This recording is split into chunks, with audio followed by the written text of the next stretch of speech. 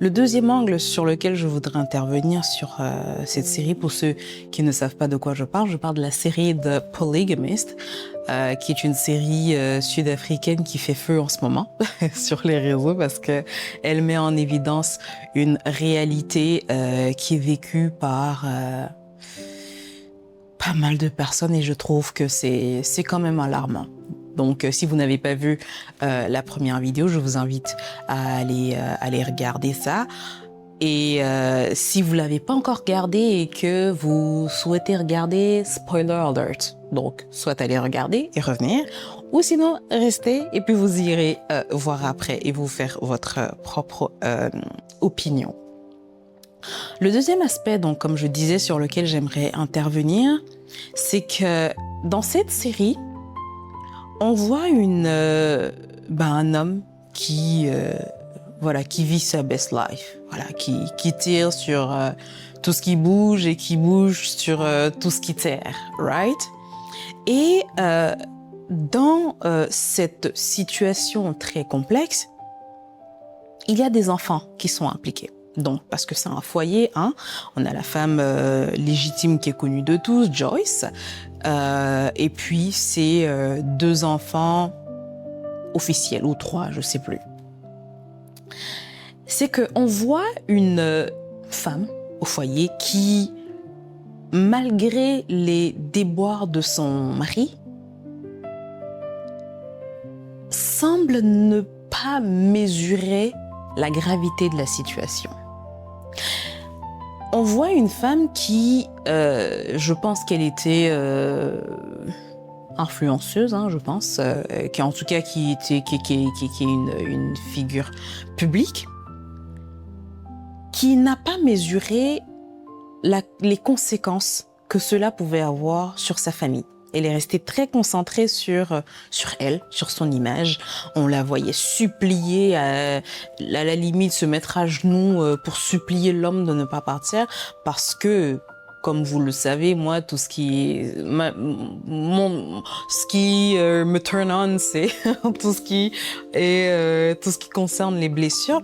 Et on peut clairement voir une femme qui souffre de la blessure d'abandon et de la blessure de rejet.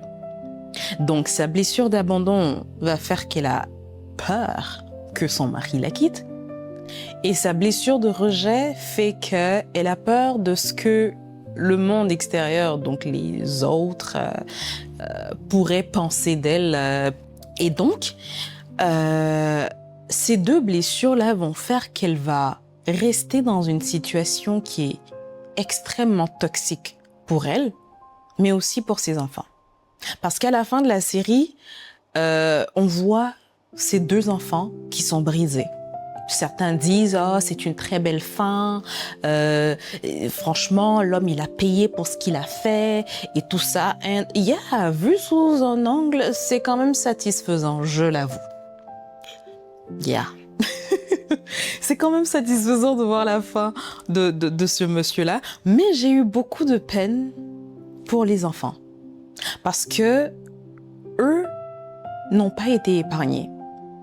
Ils sont ressortis traumatisés et l'un d'eux s'est retrouvé à reproduire le chemin de son père. En tout cas, les attitudes de son père et une autre enfant qui, elle, a été abandonnée, cachée ou whatever. Et dans la vraie vie, c'est quelque chose qu'on rencontre.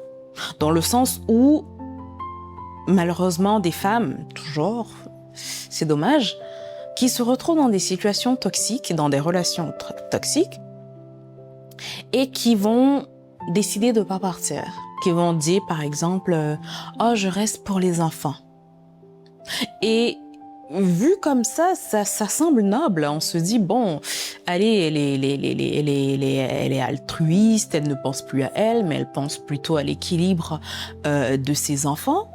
Mais la vérité est que ça les brise davantage. Ce n'est pas du tout leur rendre service.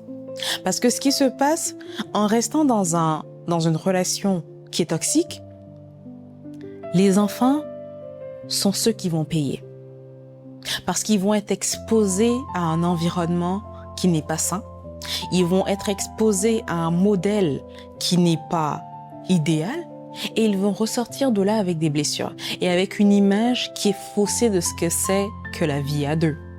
Je connais des gens ou des personnes avec qui j'ai eu à travailler, à qui tu poses la question, tu sais, est-ce que si tu devais reproduire le chemin ou le couple de tes parents, est-ce que ça serait quelque chose que tu ferais? Ben la réponse elle est non, parce que simplement, oui, maman est restée pour nous, mais en vérité, ça nous a fait plus de mal que de bien.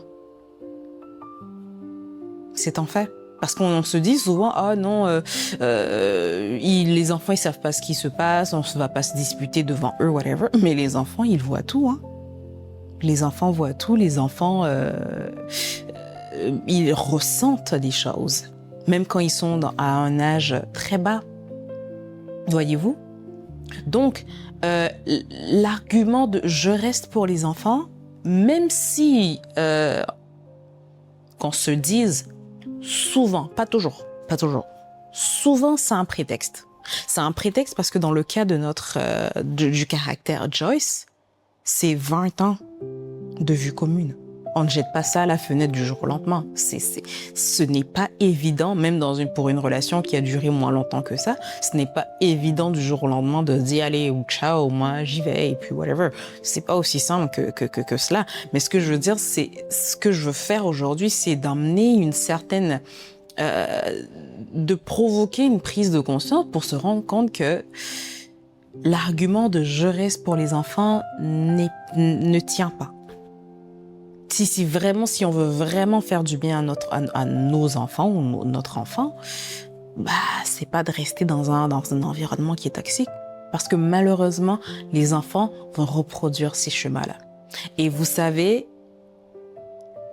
dans cette vie-là, à mon avis, il n'y a rien de plus difficile que de devoir briser un cycle familial, voire générationnel. Parce qu'un point que je n'ai pas vu beaucoup de personnes réagir dessus, c'est que le personnage principal, le mari, à un moment donné dans la série, on parle de son père, très brièvement. Et de l'information qu'on a de ce père-là, c'était que c'est un ivrogne. Donc, je ne pense pas que ce père-là était exemplaire non plus. You know, je crois qu'il délaissait son fils, donc le mari là, il le délaissait et il allait s'enivrer dans des tavernes et tout. Donc certainement que le monsieur, oui, on l'accuse, whatever, il est méchant, il est mauvais, mais il est certainement en train de reproduire un schéma que lui-même a vécu. Et ce schéma-là, visiblement, se répand sur 3 générations. Voyez-vous? Donc, l'argument de « je reste pour les enfants », en vérité, n'est pas une bonne raison. N'est pas une bonne raison, mais du tout. Alors, c'était le point sur lequel je voulais réagir pour vous expliquer que les choix qu'on fait ne nous atteignent pas que nous. Alors là, pas du tout. Ces choix-là peuvent se répandre sur des générations et des générations. D'où l'importance de guérir. Parce que comme je dis, une fois que le cycle est établi, ça prend une personne. Mais encore, faut que cette personne-là prenne conscience de ce que, ah mince, il y a un schéma qui s'est établi dans ma famille ou dans la génération. Et c'est difficile. Ah non, je vous le dis, pour ceux qui font le processus, we know. We know. Ce n'est pas évident. C'est difficile. So, s'il y a moyen de l'éviter, faut l'éviter.